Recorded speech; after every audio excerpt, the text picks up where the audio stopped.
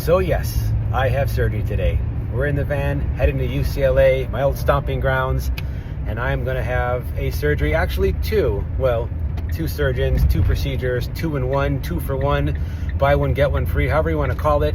I need to have two things done today. Now, many of you know my medical history. For those that don't, I went through a very tremendous cancer experience just a few years back. The good news is that these procedures today have nothing to do with that. This is not a cancer procedure.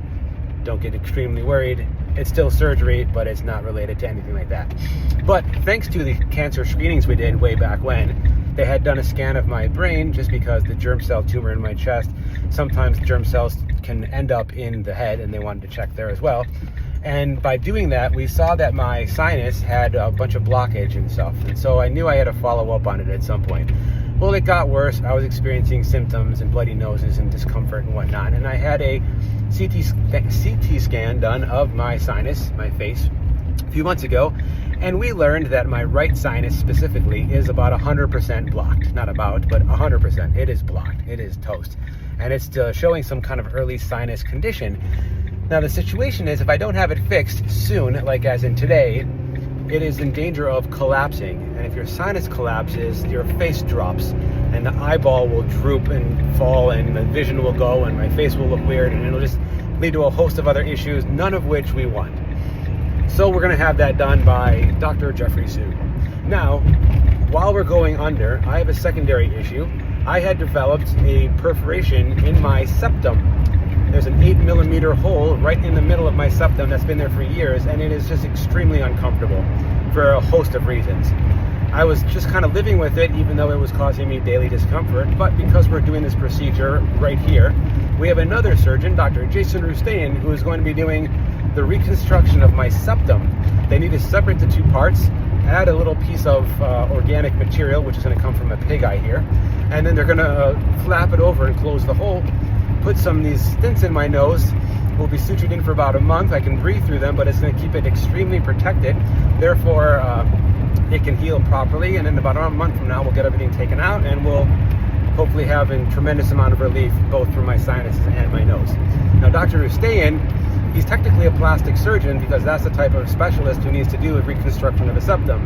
And no, unfortunately, we're not doing anything cosmetic today, but you know, nevertheless, he happens to also be a bass player in a rock band, which is cool because I'm the drummer and together we're the rhythm section. So we'll have a lot of fun today, or at least I hope he does when he's getting everything fixed. We're looking at about a 3+ hour surgery, a couple hours in recovery, and it is outpatient, so I should be home later tonight. I am with my beautiful beloved Mary Lou, say hi, and little Millie Moo, who's along for the day. And they'll be hanging out in Westwood while we're rocking and rolling and getting it going. So just wanted to share the news with everybody and make one clean video to explain it. Gonna share it out and I don't know, send some love, send some prayers, send some happy feelings. It's not going to be an awesome feeling and experience, but it'll be fine, and we'll be on the other side before I know it, and I'll be back at the gym in 3-4 weeks and get back to life. So Mary, do you have a question? You raised your hand. Oh, I just wanted to know if you wanted to tell the world about the coincidence that's happening about you speaking at UCLA. Oh, funny enough, I had just gotten asked to do a keynote speech for UCLA. Literally, they called me like 2 weeks ago, and there's a big event coming up on April 11th. And thanks for the reminder, Mary Lou. And it's all about their CI Care program, which is about the ambulatory clinics, all like what I'm doing today, outpatient services and surgeries. And it's a big event happening at a hotel with 250+ people, and they asked me to be the keynote speaker for the event. So I'm going to go have some real life experience, you know, research purposes, of course, so that when I get on stage, I'll have a fresh material and perspective. Now, I might look a little messed up when I do it, but it's all part of the fun, it's all part of the story, and I'm honored to be able to give back to UCLA for all the help that they've given me from cancer back when, all the way through now, and all my team and all the doctors and all the UCLA facilities. I have a lot of them, and they've always been so good to me, and I love them and appreciate them. I also love Mary Lou and Millie Moo and appreciate them, because I'll need a little bit of extra love and care. But Millie, no jumping on my face in the next few weeks.